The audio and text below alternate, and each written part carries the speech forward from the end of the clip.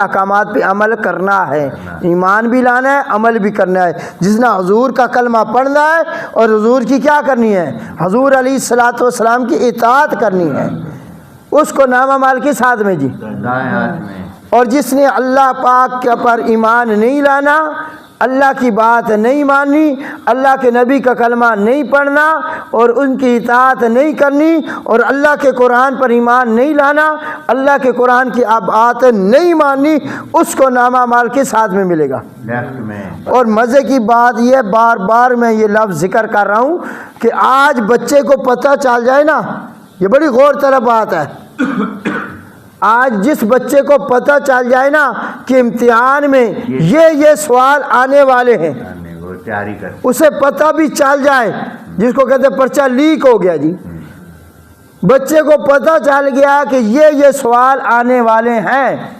اور اسے وقت بھی مل جائے تیاری کرنے کا، وہ کرتا بھی ہے، اور پھر وہ تیاری نہ کرے، تیاری نہ کرے اور ایسے ہی زندگی گزار دے، وقت گزار دے، اور امتحان گاہ میں بیٹھ کے غلط پرچہ لکھ کے آ جائے، جواب صحیح نہ دے، تو کل رزلٹ جب نکلے گا، نتیجہ نکلے گا جیسے اب 31 مارچ کو نکلے ہیں، تو اب جو کچھ بچے نے لکھا وہ اسی کے مطابق فیصلہ ہوا یا نہیں ہوا؟ تو اس سے بڑا بے وقوف بچہ نہیں ہوگا کہ جس کو پتہ چل جائے سوال یہ آ رہے ہیں، سوال، اور پھر جواب کی تیاری نہ کر سکا۔ اللہ ذوالجلال نے یہ فرمایا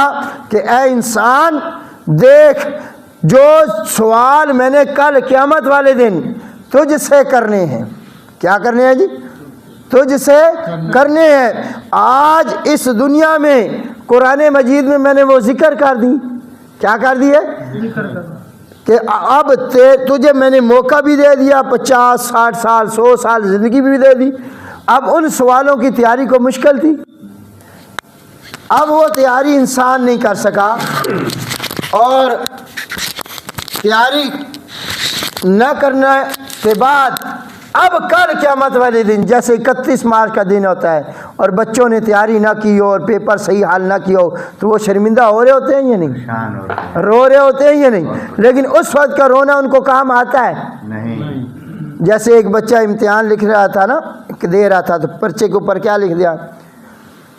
اب آتا تو نہیں نا جواب اسے بیچاروں کو، سوال کیا لکھ رہا ہے جی؟ استاد کو لکھ رہا ہے جی کہ خزانے کی چابی آپ کے پاس ہے، خزانے کی چابی